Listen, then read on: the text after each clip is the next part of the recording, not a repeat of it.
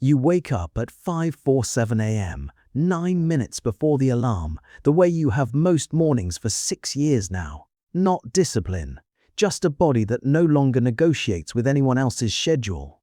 The house is a 1,650 square foot rancher 2 streets back from the school district everyone actually wants. You paid $198,400 for it 11 years ago. It's worth $365,000 now. It's been paid off for 4 years. You're worth $1.85 million. Your mail carrier does not know this. Your gym does not know this. Your father, 71 years old and still clocking part-time hours at a hardware store, does not know this either. And that's not an accident. That's a decision, and it costs more than people think. You make coffee at home. It saves you about $1,560 a year against the drive-through habit you had in your 20s. The $1,560 was never the actual point. The point was becoming someone who runs the math once and never has to run it again. While it brews, you check one number for 90 seconds. That's the only banking you'll do all day. $1.41 million sits across 3 index funds: Total US Market, Total International, and a bond fund you added when you turned 44. You haven't sold a single share in 21 years. Not in 2020, when the number dropped 31% in 5 weeks. Not in 2022, when every headline said the whole system was cracking. You just kept buying every 2 weeks on autopilot, like paying rent to a version of yourself you hadn't met yet. $365,000 sits in the house, fully yours. $54,000 sits in cash. 16 months of expenses, doing almost nothing on purpose. Cash isn't an investment. Cash is what stops you from ever having to sell an investment on its worst day. $19,300 sits in a 529 account for your nephew, which no one in the family knows exists yet. You close the laptop. The market will move today. You will not. You drive a 2018 Corolla, 91,000 miles, bought 4 years ago for $14,200 cash. At the second light on your commute, a brand new Ram 1500 pulls up beside you. $68,000. And statistically, financed, call it $1,015 a month for 72 months. You're not judging the guy, you're just doing the arithmetic. He isn't. $1,015 a month, invested instead at a modest 8%, becomes roughly $780,000 over the next 21 years. That truck isn't a truck, it's a person who will never exist. You still work. 16 years in, operations manager, $104,000 a year. Real money, not, how does he own a house outright? Money. Nobody in that building suspects the guy with the 10-year-old backpack could write a check for the parking structure across the street. You work because the job is fine and because every paycheck now is optional, which changes how you sit in a meeting. When a director floats a plan you don't like, you say so plainly because you can afford to be the person in the room who tells the truth. 2 years ago, they offered you a promotion, 25% more pay, a director title, triple the meetings. You said no. The raise would have moved your retirement date up by roughly 5 months. The stress of the new role would have taken more than 5 months off the other end. Mid-morning, a coworker named Priya catches you refilling your water bottle. 27, sharp, quietly underwater. Can I ask something weird? You seem like you've got this figured out. I've got $70,400 in credit card debt, and I genuinely don't remember buying most of it. You don't lecture her. You remember being 26 with a number that felt like shame instead of math. You give her 2 sentences instead of a speech, pay yourself first before you can spend it, and never carry a balance on anything that isn't growing. That's the whole inheritance. You don't tell her your number.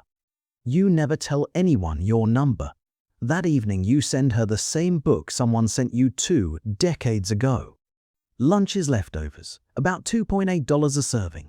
2 coworkers order $16 delivery and complain about money in the same sentence they place the order in. You used to feel a little smug about that. You're embarrassed by the smugness now. Somewhere past your first $500,000, it burned off and turned into indifference. You're not eating leftovers to win a comparison nobody's keeping score of. You just genuinely don't want the $16 version more than you want the $13, $20 you didn't spend. While you eat, a man 3 tables over is day trading on his phone, jaw tight, thumb moving fast. You feel something closer to tenderness than judgment. You were him for 6 months in your 30s. It cost $9,200 to learn you were the product, not the trader. Here's the number nobody puts in the thumbnail. Over 21 years, you contributed roughly under $7,000 of your own money into that $1.41 million portfolio. The other, $1.22 million, nearly $7 of every 8 in that account, showed up on its own while you were doing other things. You weren't an aggressive saver for most of it. You were a boring, repetitive one for a long time, which turned out to be the entire strategy. The corridor has no windows and nobody claps in there, and that's exactly why almost everyone leaves it early. Your phone buzzes at 2040. Your brother's transmission went. $1,650 he doesn't have this month. You hear the specific tightness in his voice, the sound of someone rehearsing an apology for a car breaking down. Send me your account info. It's not a loan. $1,650 is 0.089% of your net worth. For him, it was a shop bill headed straight for a card at 26.9% interest. You just deleted an emergency from someone you love, and no index fund has ever paid a return like that one. At $3,005, you almost buy a watch. It's been on your list 2 years, and it's dropped to $2,900. You can afford it the way most people can afford a coffee. You put it in the cart, then run the same 3 questions you always run. Will you still want it in 30 days? Are you buying the object or the feeling?